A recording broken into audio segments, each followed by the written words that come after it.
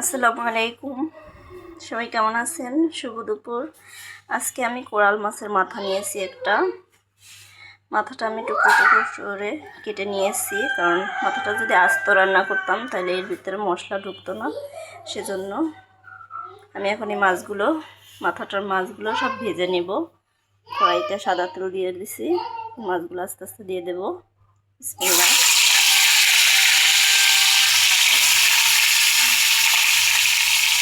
Coral মাছের মাথা এরকম ভাজি করে ভুনা করে খেতে কার কার ভালো লাগে সবাই বলবেন।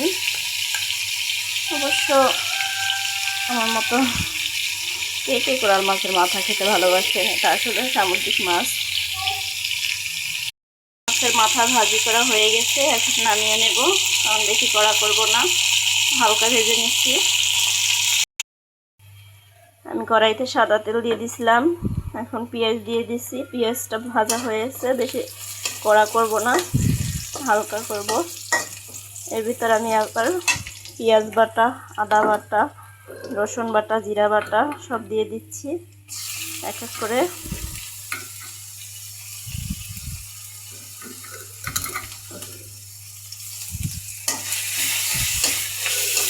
কোরাল মাছের মাথা খেতে কে কে পছন্দ করেন?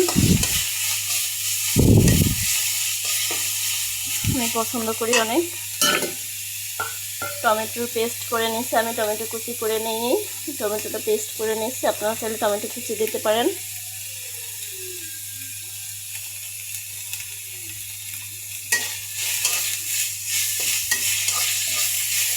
মশলাটা আমি ভালো করে ভেজে নিচ্ছি।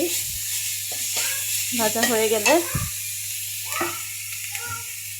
এখানে হলুদ মরিচের গুঁড়ো অ্যাড করব। মশলা ভাজা হয়ে গেছে, আমি এখানে 1 টেবিল চামচ মরিচের গুঁড়া দিয়ে দিচ্ছি, 1 চামচ হলুদের গুঁড়া দিয়ে দিচ্ছি, পানি দিয়ে দিচ্ছি।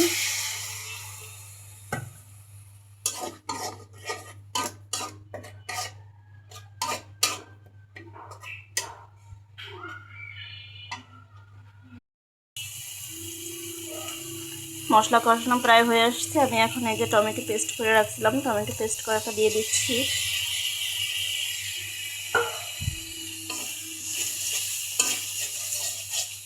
ভালো করে কষিয়ে নেব।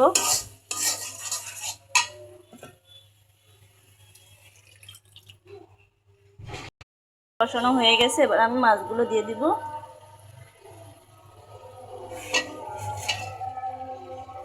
মাছগুলো দিয়ে দিছি।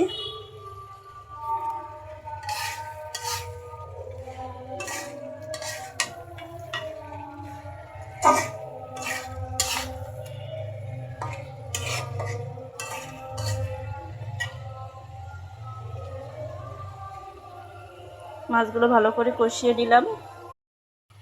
আমি কাঁচামরিচ কুচি দিয়ে দিছি, এবার আমি ধনিয়াপাতা কুচি দিয়ে দিচ্ছি।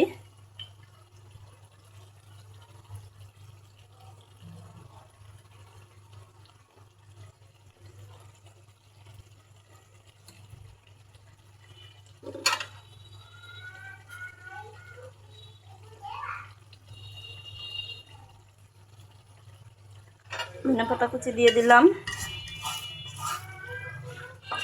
আমার কোরাল মাছের মাথা ভুনা হয়ে গেছে, এবার নামিয়ে নেব। কেমন হয়েছে সবাই অবশ্যই জানাবেন। আজকে এ পর্যন্তই, আল্লাহ হাফেজ।